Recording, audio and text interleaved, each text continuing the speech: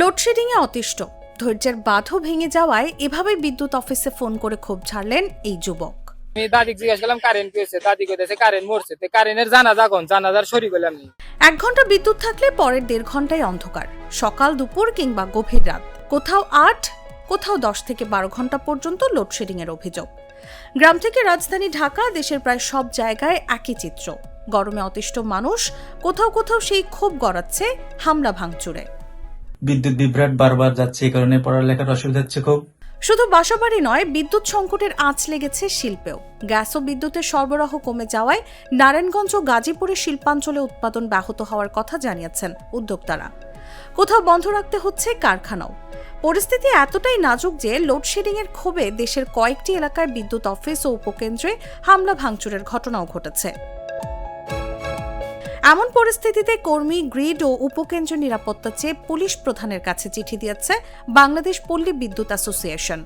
তাদের হিসেবে পল্লী বিদ্যুৎ সমিতিগুলোর এলাকায় চাহিদা যেখানে 8 থেকে 9 হাজার মেগাওয়াট, সেখানে সরবরাহ মিলছে মাত্র 5 থেকে 6 হাজার মেগাওয়াট। ফলে গ্রামাঞ্চলে বাড়ছে লোডশেডিং, সঙ্গে বাড়ছে জনরোষও।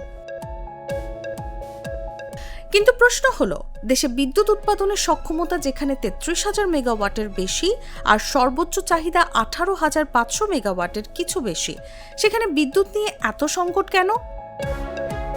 বিদ্যুৎ খাত সংশ্লিষ্টদের মতে সংকটটা উৎপাদন সক্ষমতায় নয়, মূল সমস্যা জ্বালানি সরবরাহে। লোডশেডিং বাড়ার পেছনে বড় 3টি কারণ সামনে এসেছে।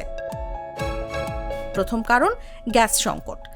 দেশের বড় একটি অংশের বিদ্যুৎ উৎপাদন হয় গ্যাস ভিত্তিক কেন্দ্রে, কিন্তু মহেশখালীর এলএনজি টার্মিনালে যান্ত্রিক ত্রুটির পর জাতীয় গ্রিডে কমে গেছে গ্যাস সরবরাহ। পেট্রোবাংলার হিসেবে গ্যাস ভিত্তিক বিদ্যুৎ কেন্দ্রগুলোর চাহিদা যেখানে প্রায় 2524 মিলিয়ন ঘনফুট, সেখানে সরবরাহ করা হচ্ছে মাত্র 744 মিলিয়ন ঘনফুট। ফলে প্রয়োজনের তুলনায় অনেক কম গ্যাস পাওয়ায় পূর্ণ সক্ষমতায় উৎপাদন করতে পারছে না অনেক বিদ্যুৎ কেন্দ্র। দ্বিতীয় কারণ, কয়লা সরবরাহের সংকট। দেশের বড় কয়লাভিত্তিক বিদ্যুৎ কেন্দ্রগুলোর মধ্যে বড়পুকুরিয়ার মতো কেন্দ্রেও কারিগরি ত্রুটিতে উৎপাদন ব্যাহত হচ্ছে। ফলে গ্যাসের ঘাটতির পাশাপাশি কয়লাভিত্তিক বিদ্যুৎ উৎপাদনেও ধাক্কা লেগেছে। তৃতীয় কারণ, আর্থিক সংকট। বেসরকারি বিদ্যুৎ কেন্দ্র ও জ্বালানি আমদানিকারকদের কাছে সরকারের বড় অঙ্কের বকেয়া বিল জমে আছে। ফলে জ্বালানি সরবরাহ এবং বিদ্যুৎ উৎপাদনের ধারাবাহিকতা নিয়েও তৈরি হয়েছে বাড়তি চাপ। অর্থাৎ গ্যাসে ঘাটতি, কয়লার সংকট আর অর্থের টানাপোড়েন, 3 দিকের ধাক্কায় কমেছে বিদ্যুৎ উৎপাদন, অথচ চাহিদা রয়েছে আগের মতোই। ফলে চাহিদা ও সরবরাহের ঘাটতি মেটাতেই বাড়াতে হচ্ছে লোডশেডিং। পরিস্থিতি সামাল দিতে বিদ্যুৎ ব্যবহারে কড়াকড়ি করেছে সরকার। রাত 8টার মধ্যে শপিং মল, মার্কেট এবং দোকানপাট বন্ধ করার নির্দেশ দেওয়া হয়েছে। সন্ধ্যা 7টার মধ্যে বন্ধ করতে বলা হয়েছে আলোকিত বিলবোর্ড। বন্ধ রাখতে হবে আলোকসজ্জাও। তবে হাসপাতাল, ওষুধের দোকান ও খাবারের দোকানের মতো জরুরি সেবা থাকছে এই নির্দেশনার বাইরে। সরকার বলছে এলএনজি সরবরাহ স্বাভাবিক করার পাশাপাশি বিদ্যুৎ পরিস্থিতি সামাল দিতে নেওয়া হয়েছে বিভিন্ন পদক্ষেপ। তবে কবে নাগাদ পুরোপুরি স্বাভাবিক হবে পরিস্থিতি, সেই সময়সীমা এখনো নিশ্চিত নয়।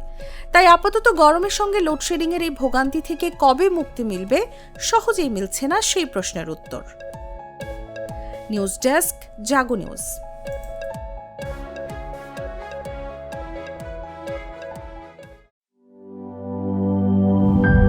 আরএফএল SWR পাইপই মাপে যা বলে তাই দেয়। RFL SWR pipe and fittings.